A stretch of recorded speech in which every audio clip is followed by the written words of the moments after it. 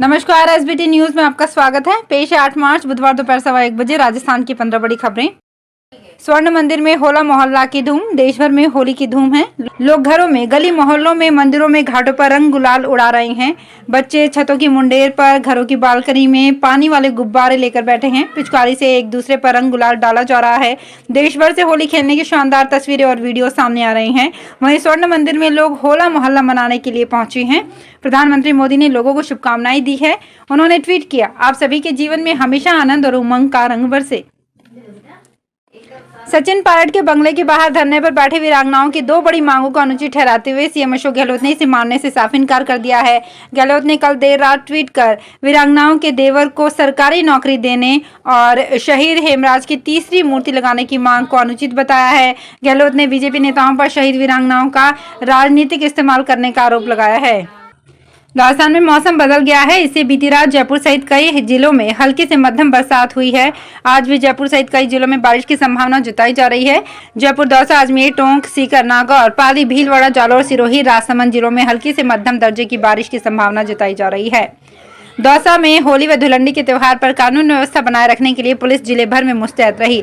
इसके चलते पुलिस बुधवार को होली का जश्न मना रही है। जिला मुख्यालय स्थित पुलिस लाइन समेत सभी थानों में पुलिसकर्मी एक दूसरे को रंग गुलाल लगाकर मस्ती में सराबोर दिख रहे हैं। होली का धमाल दोपहर तक चलेगा। डीजे पर पुलिसकर्मी डांस करते नजर आए। पुलिस लाइन में एसपी संजीव नैन की मौजूदगी में पुलिसकर्मियों ने होली का जश्न मनाया। सीकर सहित प्रदेश भर में सक्रिय पश्चिमी विक्षोभ के असर से बुधवार को मौसम में बड़ा बदलाव देखने को मिला। वहीं बादलवाही के चलते सीकर जिले के न्यूनतम तापमान में 4 डिग्री की बढ़ोतरी दर्ज की गई। सीकर में बुधवार सुबह एक बार फिर बूंदाबांदी शुरू हो गई।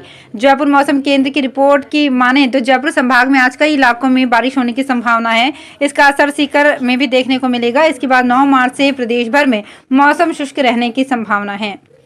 त्रिपुरा में माणिक साहा ने बुधवार को दूसरी बार सीएम पद की शपथ ली है। इस दौरान प्रधानमंत्री मोदी और अमित शाह भी मौजूद रहे।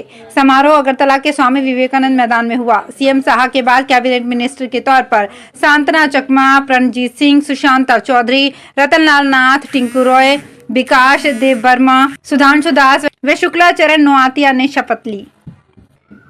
दिल्ली के मुख्यमंत्री अरविंद केजरीवाल बुधवार को प्रार्थना कर ध्यान लगाने के लिए राजघाट पहुंच गए हैं। यहां उन्होंने राष्ट्रपिता महात्मा गांधी को श्रद्धांजलि अर्पित की। मंगलवार को उन्होंने घोषणा की थी कि उनकी पार्टी के नेता सत्येंद्र जैन और मनीष सिसोदिया की गिरफ्तारी के मद्देनजर वो होली नहीं मनाएंगे और ध्यान करेंगे। प्रवर्तन निदेशालय ने दिल्ली शराब घोटाले में बीआरएस, एमएलसी और तेलंगाना के मुख्यमंत्री के चंद्रशेखर राव की बेटी के कविता को तलब किया है। उन्हें 9 मार्च को पूछताछ के लिए बुलाया गया है। ईडी हैदराबाद के कारोबारी अरुण रामचंद्रन पिल्लई को कविता के सामने बैठाकर पूछताछ करेगी। ईडी ने 3 महीने पहले गुरुग्राम से कारोबारी अमित अरोड़ा को अरेस्ट किया था। अमित ने बयान में टीआरएस नेता के नाम का खुलासा किया था। एजेंसी का दावा है कि उन्होंने अन्य कारोबारी के माध्यम से दिल्ली में आप सरकार के नेताओं को 100 करोड़ रुपए का भुगतान किया। बीती सर्दियों में दिल्ली एनसीआर की हवा 5 साल में सबसे साफ रही। ये जानकारी पर्यावरण के लिए काम करने वाली संस्था centre for science and environment की रिपोर्ट में सामने आया है। रिपोर्ट के मुताबिक 2018 के बाद पहली बार सर्दियों में दिल्ली एनसीआर में प्रदूषण घट गया। इसके उलट दूसरे मेट्रो शहरों में प्रदूषण का स्तर बढ़ा हुआ सामने आया। सीएसई की कार्यकारी निदेशक अनुमिता रॉय चौधरी के मुताबिक सर्दियों में कोलकाता, मुंबई, हैदराबाद, बेंगलुरु और चेन्नई सहित अन्य मेट्रो शहरों में दिल्ली के बाद कोलकाता और मुंबई सबसे अधिक प्रदूषित है। अजमेर में पंजाब नेशनल बैंक के मैनेजर पर धोखाधड़ी करने के आरोप में रामगंज थाने में मामला दर्ज कराया गया है। आरोप है कि लोन चुकता करने के बावजूद संपत्ति के दस्तावेज नहीं लौटाए और न ही एनओसी दी। कल्पतरु गार्डन के पास प्रगति नगर, कोटड़ा, अजमेर के नरेंद्र कुमार भटनागर ने रिपोर्ट देकर बताया कि उसने पंजाब नेशनल बैंक, आशागंज, अजमेर से लोन लिया। इसके एवज में संपत्ति के दस्तावेज मोर्गेज किए गए। 10 साल पहले लोन चुकता कर दिया, लेकिन बैंक ने ना तो संपत्ति के मूल दस्तावेज निवेदन लौटाए और ना ही एनओसी दी। जयपुर में एक कोर्ट की महिला जज को भी ब्लैकमेल करने का मामला सामने आया है। चौंकाने वाली बात यह है कि बदमाश जज को ब्लैकमेल करने का मामला कोर्ट तक पहुंच गया।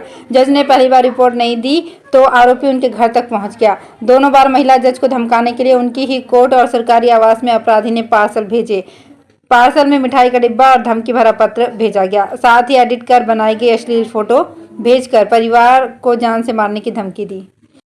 जोधपुर शहर में पैदा हुए कृष्णा के मेहता पढ़ने के लिए अमेरिका गए हुए थे। वहां उन्होंने बिजनेस शुरू किया और आज वे न्यूयॉर्क के सबसे पॉश इलाके टाइम्स स्क्वायर पर 310 स्वीट के होटल के मालिक हैं। अमेरिका के कई शहरों में कृष्णा के होटल्स हैं। साथ ही वे इंडियन फिजिशियन कम्युनिटी में सबसे बड़ी स्वीट संचालित कर रहे हैं। इसके branch Ireland, New York, Tom's river, new Jersey में हैं। भारत में जोधपुर व जयपुर में भी ब्रांच है। मुख्यमंत्री अशोक गहलोत ने कृष्णा मेहता को राजस्थान फाउंडेशन के चैप्टर नॉर्थ अमेरिका का अध्यक्ष नियुक्त किया था। जालौर जिले में एक दिन पहले ओलावृष्टि और बारिश के कारण खेतों में फसलों को खासा नुकसान पहुंचा है। प्रधानमंत्री फसल बीमा योजना के तहत नुकसान का क्लेम दिलाने के लिए कृषि विभाग ने किसानों से नुकसान की जानकारी मांगी है। किसान toll free number, mobile app या ऑफलाइन माध्यम से नुकसान की सूचना दे सकते हैं। कृषि विभाग के संयुक्त निदेशक डॉक्टर आर.बी. सिंह ने बताया कि बीमित कृषकों की अधिकतम 2 सप्ताह में नुकसान की जानकारी देनी जरूरी है। बूंदी के लाखेरी में सोमवार रात होलिका दहन से पहले भजन संध्या का आयोजन किया गया। भजनों पर भक्त आधी रात तक झूमते रहे। होली के मौके पर श्याम भक्तों ने कस्बे में फाग उत्सव का आयोजन किया। टाकीज परिसर में बाबा खाटू श्याम का आकर्षक दरबार सजाया गया, जहां कस्बे सहित आसपास के गांव से बड़ी संख्या में भक्त शामिल हुए। कलाकार राजेंद्र अग्रवाल और गायिका अनुष्का और अधिष्ठा ने अपनी सुरीली आवाज में मंत्रमुग्ध कर देने वाले भजनों की प्रस्तुति दी।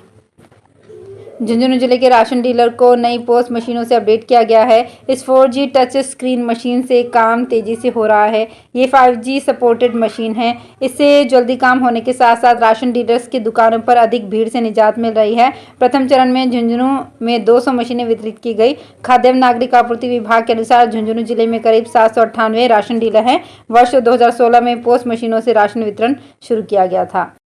तो फिलहाल इस बुलेटिन में इतना ही। फिर हाजिर होंगे कुछ और बड़ी खबरों के साथ।